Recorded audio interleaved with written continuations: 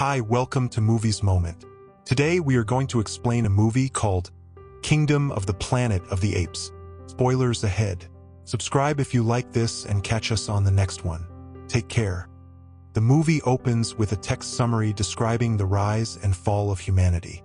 For thousands of years, humans dominated the planet, but their arrogance led to their downfall. A man-made virus, created with the intention of improving human life, had a catastrophic side effect. It granted apes enhanced intelligence while simultaneously stripping humans of their intellect and ability to speak. As humans and apes struggled to coexist, an extraordinary ape named Caesar emerged as a leader. Caesar dedicated his life to uniting the apes and ensuring their survival, ultimately sacrificing everything for his kind. The scene transitions to Caesar's funeral, a solemn event where his friends and followers place flowers on his body and light his pyre, paying their final respects to the legendary leader. His final words echo in the background, "Apes together strong." Several centuries later, the world has changed drastically.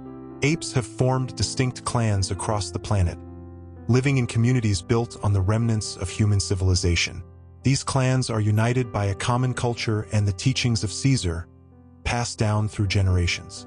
We are introduced to three young apes, Noah, Sona, and Anaya, who belong to the Eagle clan.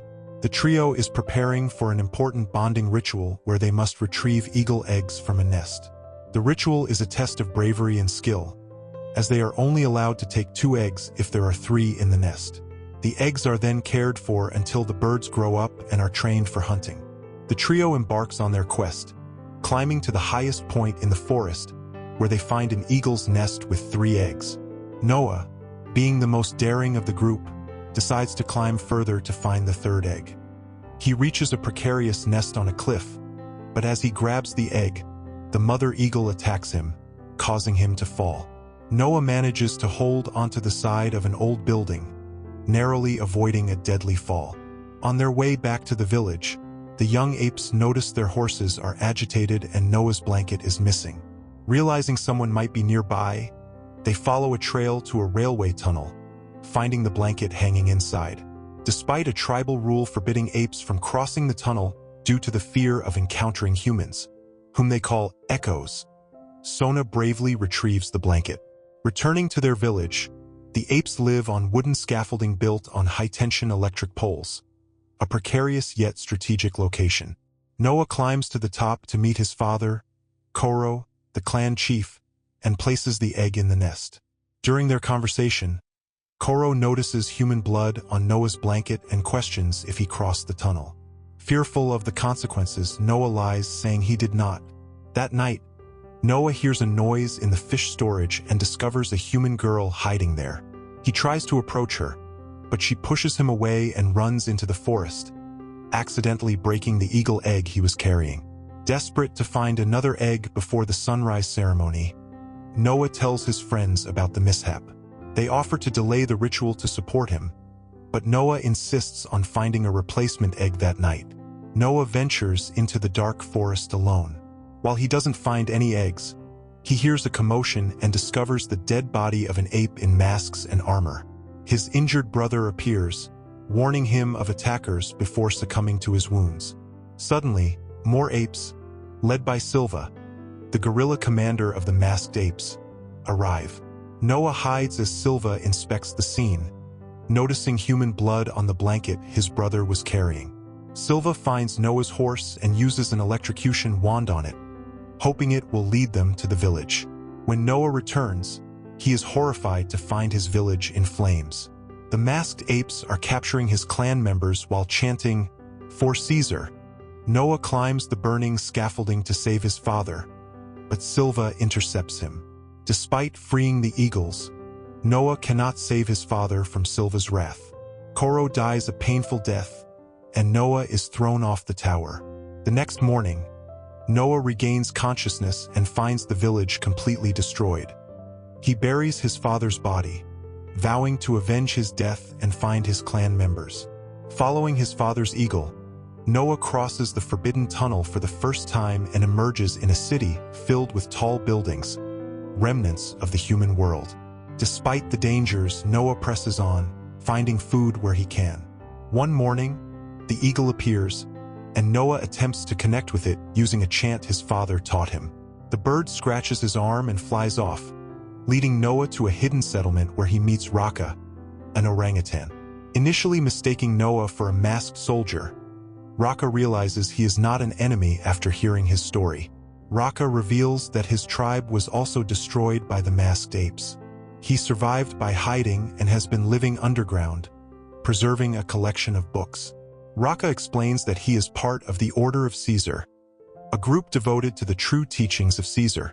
He laments that the masked apes follow Proximus Caesar, a tyrant who has twisted Caesar's teachings to justify his violent rule. Raka shares memories of a time when humans and apes coexisted peacefully, a dream cherished by Caesar. Raka decides to help Noah find his clan, hoping he can join the remnants of their tribes. They pack essentials and set out. Along the way, they encounter the human girl, now named May, who joins their quest. Raka teaches Noah about compassion, convincing him to give May a blanket despite his initial reluctance. May reveals she can speak and knows where Noah's tribe is being held. As they travel through the wilderness, they encounter various remnants of the old world. They pass through overgrown cities, where nature has reclaimed what humanity once built. The ruins are both awe-inspiring and eerie, a stark reminder of the world that once was. Raka and Noah share stories of their ancestors, learning from each other's histories. Raka speaks of the old ways of the apes, the stories of Caesar, and how the world came to be divided. The group reaches a river, only to be ambushed by Silva. Raka is swept away in the current, reminding Noah of Caesar's creed, apes together strong, before disappearing. Captured and taken to a camp on a rusted ship, Noah reunites with his mother and friends. May meets Trevathan, a human who serves Proximus and believes humanity's dominance is over. Trevathan explains that Proximus seeks ancient human technology stored in a vault to establish an empire and eradicate humans. Noah, May, and their friends plan to sabotage the vault by flooding it. Inside, May finds a book crucial for restoring human speech. During their escape, Silva pursues Noah, but drowns in the chase. The group reaches safety, but Proximus catches up and attacks Noah.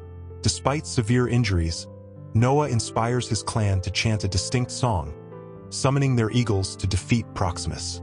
The Sun Eagle delivers the final blow, and the clan begins rebuilding their village. May bids farewell, expressing her desire to help humans reclaim their planet. Noah, skeptical, emphasizes justice and the potential loss for apes. Moved, May abandons her plan to kill Noah and takes Caesar's locket. She joins other humans at a satellite station, using the book to activate global communication.